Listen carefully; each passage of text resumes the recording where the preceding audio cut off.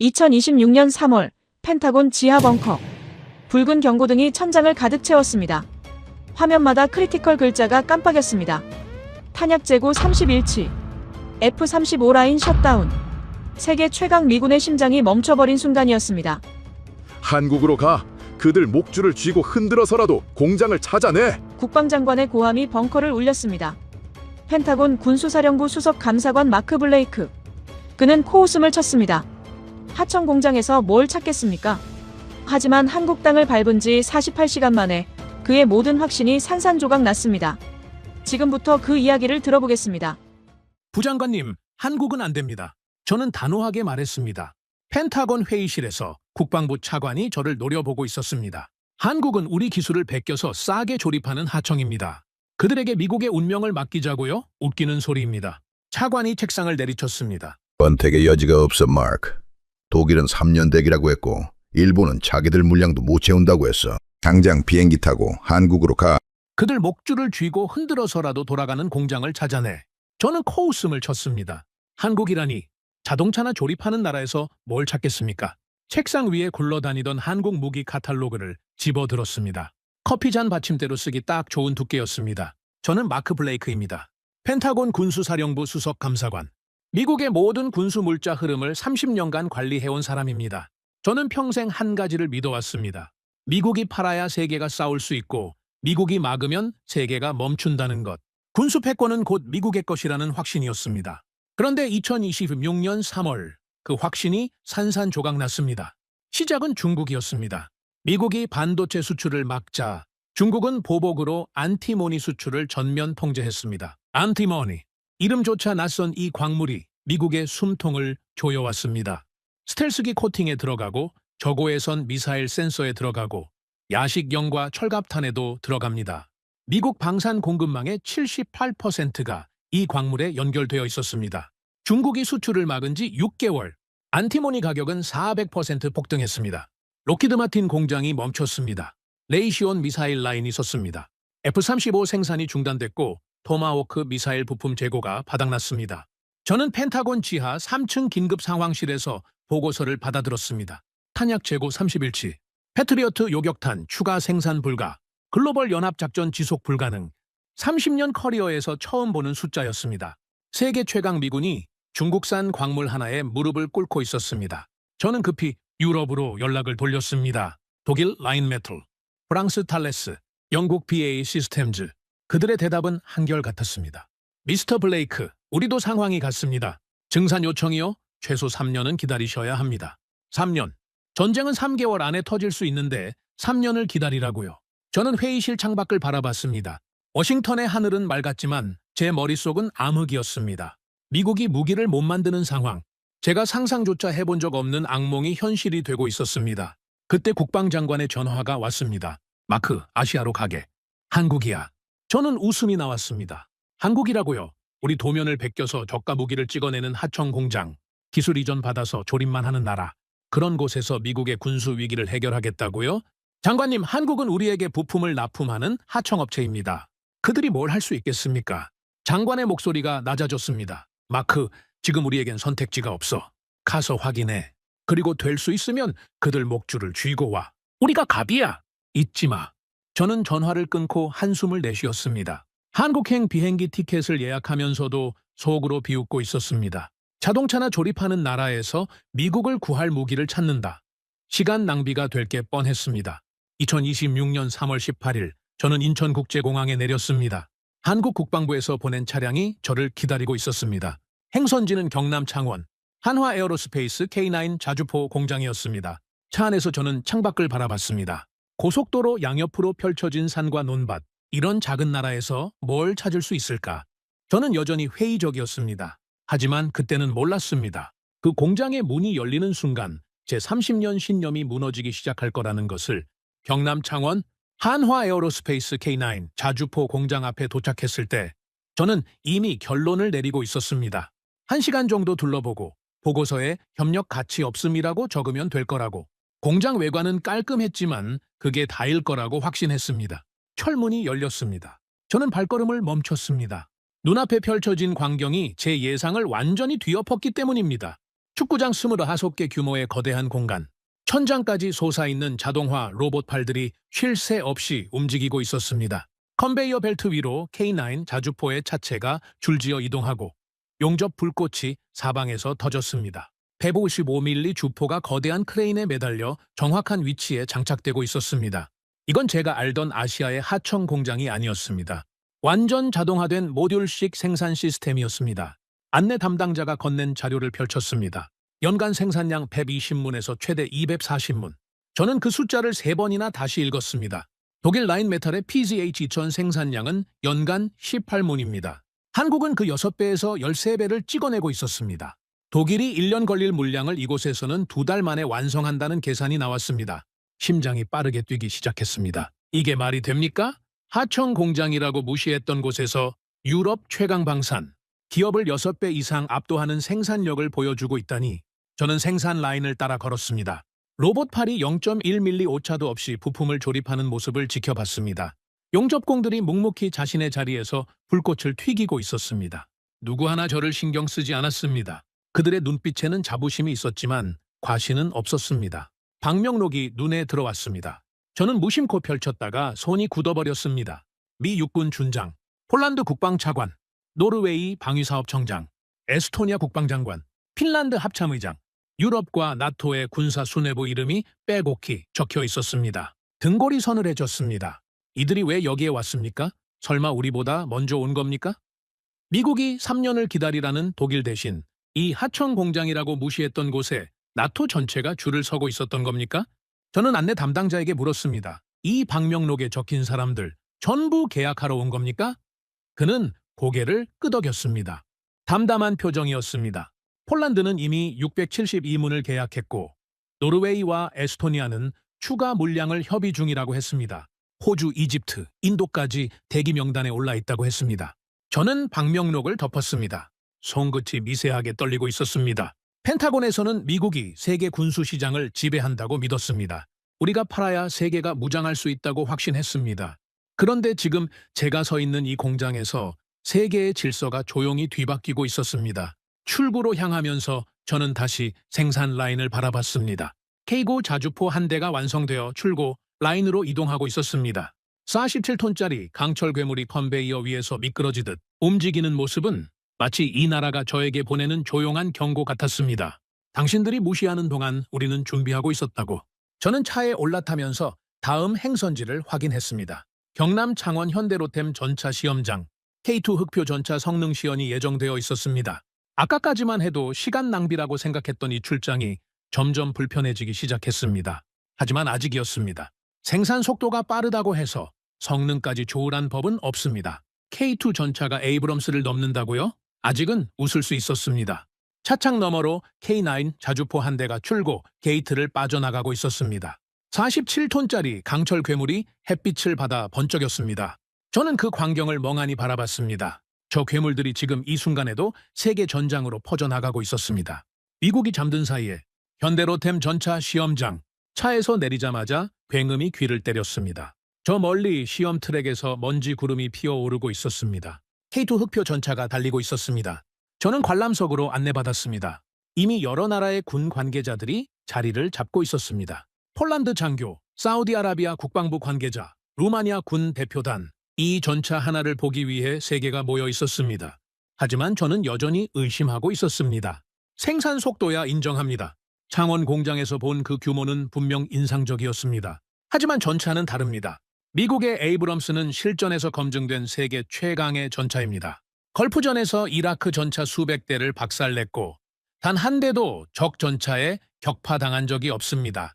한국의 K2가 그 에이브럼스를 넘는다고요? 저는 속으로 비웃고 있었습니다. 시연이 시작됐습니다. K2 흑표가 출발선에 섰습니다. 50톤짜리 강철 덩어리. 저는 무심하게 바라봤습니다. 그런데 출발 신호와 함께 벌어진 일이 제 눈을 의심하게 만들었습니다. 50톤짜리 전차가 스포츠카처럼 튀어나갔습니다. 0에서 시속 32km까지 발초, 최고 속도 시속 70km, 에이브럼스보다 빠릅니다. 저는 자리에서 살짝 몸을 일으켰습니다. 저게 가능합니까? K2 흑표가 급커브 구간에 진입했습니다. 저는 당연히 속도를 줄일 거라고 생각했습니다. 50톤짜리 철덩이가 고속으로 커브를 돌면 전복되거나 미끄러지는 게 상식입니다. 그런데 K2는 속도를 줄이지 않았습니다. 오히려 가속하면서 드리프트를 시작했습니다. 50톤짜리 전차가 드리프트를 했습니다. 흙먼지가 폭발하듯 솟아올랐습니다. 궤도가 지면을 핥히며 굉음을 냈습니다. 그 거대한 철덩이가 마치 경주용 차처럼 곡선을 그리며 미끄러졌습니다. 저는 입을 다물 수 없었습니다. 관람석 여기저기서 탄성이 터져 나왔습니다. 폴란드 장교가 자리에서 벌떡 일어났습니다. 하지만 진짜 충격은 그 다음이었습니다. 기동 중 사격 시연, K2 흑표가 시속 40km로 달리면서 D킬로미터 거리의 표적을 조준했습니다. 달리는 전차에서 달리는 표적을 맞추는 겁니다. 에이브럼스의 기동 중 명중률은 약 85%입니다. 세계 최고 수준이죠. 저는 K2가 그 정도만 나와도 대단하다고 생각했습니다. 발사! 120mm 주포가 불을 뿜었습니다. 표적이 박살났습니다. 두 번째 발사, 또 명중, 세 번째, 네 번째, 다섯 번째, 연속 명중이었습니다. 안내 담당자가 다가와 결과를 알려줬습니다. 기동 중 명중률 93%, 에이브럼스를 8% 상회하는 수치였습니다. 저는 아무 말도 할 수 없었습니다. 목구멍이 바짝 마르는 것을 느꼈습니다. 시연이 끝나고 저는 K2 흑표 앞으로 걸어갔습니다. 가까이서 보니 더 압도적이었습니다. 국산 120mm 활강포, 자동 장전 시스템, 3인 승무 체제. 에이브럼스는 4인 승무의 수동 장전인데 K2는 한 명이 적으면서 오히려 발사 속도가 더 빠릅니다. 저는 전차 옆에 붙어 있는 작은 명판을 봤습니다. 대한민국 현대로템, 미국이나 독일이 아니었습니다. 한국이었습니다.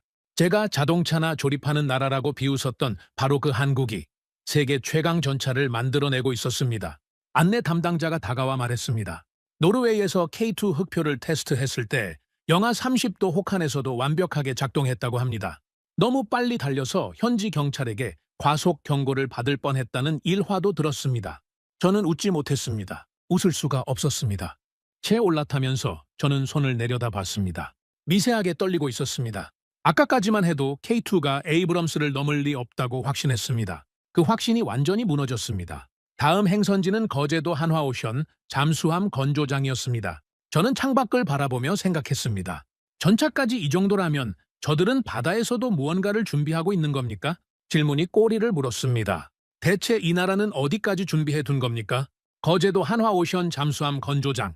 솔직히 말하면 저는 이곳에 오고 싶지 않았습니다. 일정이 빠듯했고 F-35 전자장비 수급 문제가 급했습니다. 잠수함은 나중 문제였습니다. 게다가 미국의 조선 기술은 세계 최고입니다. 한국 잠수함에서 배울 게 뭐가 있겠습니까? 하지만 한국 측이 강하게 권유했습니다. 이곳을 보지 않고는 한국 방산을 이해할 수 없다고 했습니다. 저는 마지못해 일정에 포함시켰습니다. 1시간만 둘러보고 나오자고 생각했습니다. 건조장 입구에 도착했을 때 저는 별다른 기대가 없었습니다. 조선소야 어디나 비슷하지 않겠습니까? 크레인이 있고 철판이 있고 용접 불꽃이 튀는 곳, 그 정도일 거라고 생각했습니다. 철문이 열렸습니다. 저는 그 자리에 얼어붙었습니다. 수백 미터 길이의 거대한 동굴 같은 공간, 그 안에 검은색 강철 고래가 누워 있었습니다. 도산안창호급 잠수함, 대한민국이 독자 기술로 설계하고 건조한 3,000톤급 디젤 잠수함이었습니다. 저는 천천히 걸어 들어갔습니다. 발걸음이 무거웠습니다. 가까이 갈수록 그 규모에 압도당했습니다. 길이 83m, 수중 배수량 3,700톤. 제가 알던 한국조선의 이미지와는 완전히 달랐습니다. 이건 세계 최정상급 기술력의 결정체였습니다. 안내 담당자가 설명을 시작했습니다. 도산안창호급은 세계에서 7개국만 보유한 3,000톤급 이상 잠수함, 독자 설계 건조 기술의 산물이라고 했습니다. 미국, 러시아, 중국, 영국, 프랑스, 인도, 그리고 한국 단 7개국뿐입니다. 저는 귀를 의심했습니다. 한국이 그 7개국 안에 들어간다고요? 독일도 못하는 걸 한국이 해냈다고요. 설명은 계속됐습니다. 이 잠수함에는 수직 발사관 요스키가 탑재되어 있습니다. 잠수함 발사 탄도미사일 SLBM을 쏠 수 있습니다. 전 세계에서 SLBM 잠수함 발사에 성공한 나라는 손에 꼽습니다. 한국은 2021년에 그걸 해냈습니다. 비핵 국가로서는 최초였습니다. 저는 잠수함 선체를 올려다봤습니다. 검은 철판이 천장 조명을 받아 무겁게 빛나고 있었습니다. 저 안에 들어가면 최대 3주간 수중 작전이 가능하다고 했습니다. 수소 연료 전지가 탑재되어 소음 없이 움직이고 기동 중에 식수까지 생산할 수 있다고 했습니다. 저는 숨이 막히는 것 같았습니다. 이건 단순한 잠수함이 아니었습니다. 바다 밑에서 적의 심장을 노릴 수 있는 전략 무기였습니다. 건조장 한쪽에 방명록이 놓여 있었습니다. 저는 무심코 펼쳤다가 또다시 손이 굳어버렸습니다. 폴란드 해군 참모총장, 캐나다 국방부 차관, 호주 해군 사령관, 서방 국가들의 이름이 빼곡했습니다. 그들이 왜 여기에 왔는지 묻지 않아도 알 수 있었습니다. 안내 담당자가 덧붙였습니다. 한국은 현재 미군 군함의 유지보수 사업 MRO 계약까지 추진 중이라고 했습니다. 미국 본토에서 수리하는 것보다 한국에서 하는 게 더 빠르고 더 싸기 때문이라고 했습니다. 저는 아무 말도 할 수 없었습니다. 미군의 군함을 한국이 수리한다고요? 세계 최강 해군의 군함을 우리가 하청이라고 무시했던 나라가 손본다고요? 건조장을 나오면서 저는 다리에 힘이 풀리는 것을 느꼈습니다. 아침에 창원 공장에서 받은 충격이 채 가시기도 전에 더 큰 충격이 덮쳤습니다. 육지에서는 전차로, 바다에서는 잠수함으로 이 나라는 전 영역에서 서방을 추월할 준비를 하고 있었습니다. 차에 올라타면서 저는 두 손으로 얼굴을 감쌌습니다. 심장이 비정상적으로 빠르게 뛰고 있었습니다. 다음 행선지는 울산 고려아연 온산 재련소였습니다. 펜타곤이 가장 급하게 확인하라고 한 곳. 안티모니 수급 문제의 해답이 거기 있을 수도 있다고 했습니다. 저는 눈을 감았습니다. 기대는 하지 않았습니다. 자원 빈국 한국에서 히토류를 찾는다? 불가능할 겁니다. 그렇게 믿고 싶었습니다. 더 이상 충격받고 싶지 않았습니다. 울산 고려아연 온산 재련소. 차에서 내리자마자 매캐한 금속 냄새가 코를 찔렀습니다. 회색빛 공장 건물들이 늘어서 있었고 굴뚝에서는 연기가 피어오르고 있었습니다. 솔직히 첫인상은 실망스러웠습니다. 첨단 시설이 아니라 낡은 재련소처럼 보였습니다. 저는 속으로 한숨을 쉬었습니다. 펜타곤에서 가장 급하게 확인하라고 한 곳이 여기라고요? 한국은 자원 빈국입니다. 석유도 없고 철광석도 없고 히토류는 더더욱 없습니다. 이런 나라에서 안티모니를 찾는다? 시간 낭비일 게 뻔했습니다. 하지만 저는 틀렸습니다. 완전히 틀렸습니다. 안내 담당자를 따라 공장 안으로 들어갔습니다. 복잡한 파이프라인과 거대한 전해조들이 줄지어 있었습니다. 이곳에서 아연과 연을 정제한다고 했습니다. 저는 무심하게 고개를 끄덕였습니다. 그래서 안티모니는 어디 있습니까? 안내 담당자가 저를 한쪽 구석으로 데려갔습니다. 거기에는 검은 찌꺼기 더미가 쌓여 있었습니다. 다른 나라에서는 산업 폐기물로 버리는 아연 정련 부산물이라고 했습니다.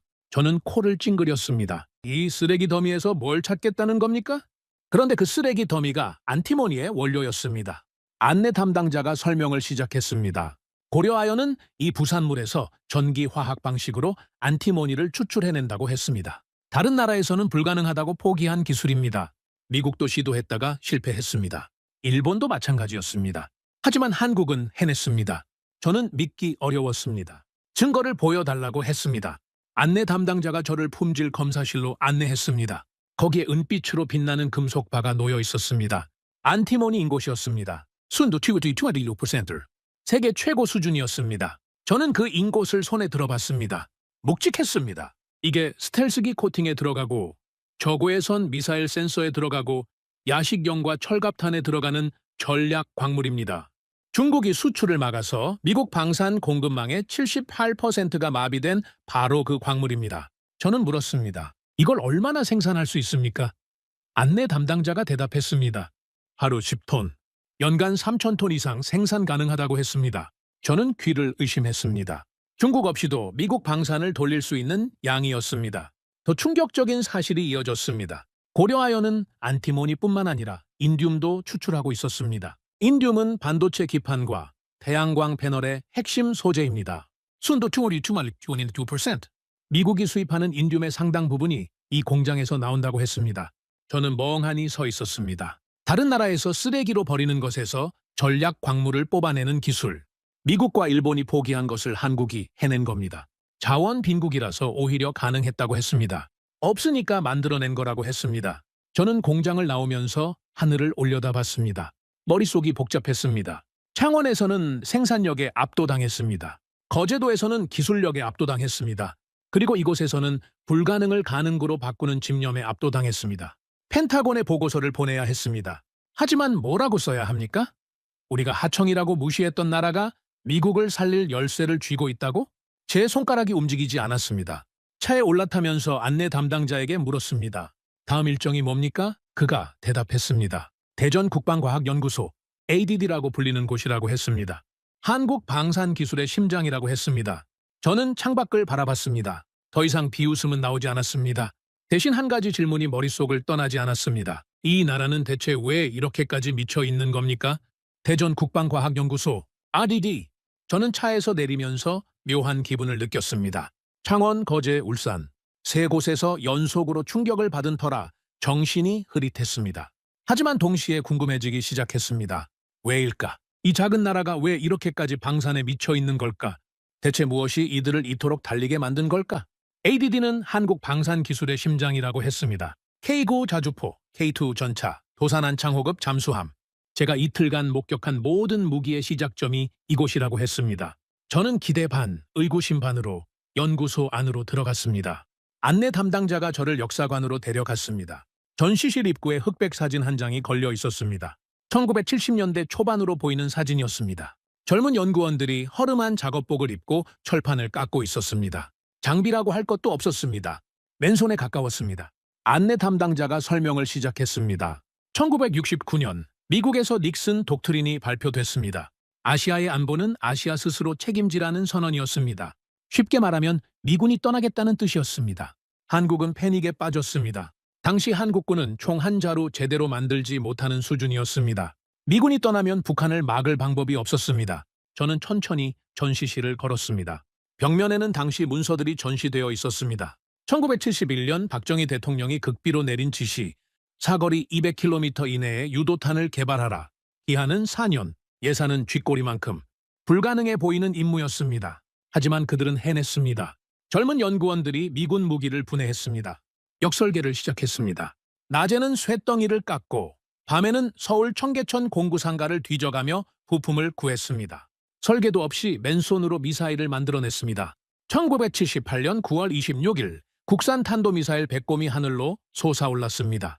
개발 지시 후 7년 만이었습니다. 저는 전시된 백곰 미사일 모형 앞에 섰습니다. 조잡해 보였습니다.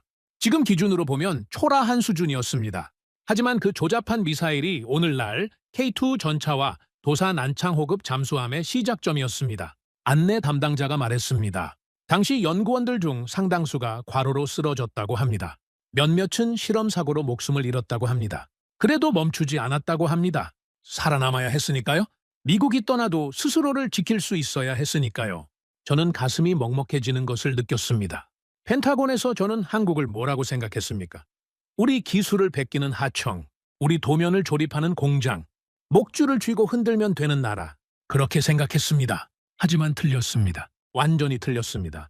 이들은 스스로를 지키지 않으면 죽는다는 걸 깨달은 순간 맨손으로 칼을 갈기 시작한 겁니다. 총 한 자루 못 만들던 나라가 55년 동안 이를 악물고 달려온 겁니다. 제가 무시했던 그 시간 동안 이들은 피땀으로 기술을 쌓아 올리고 있었습니다.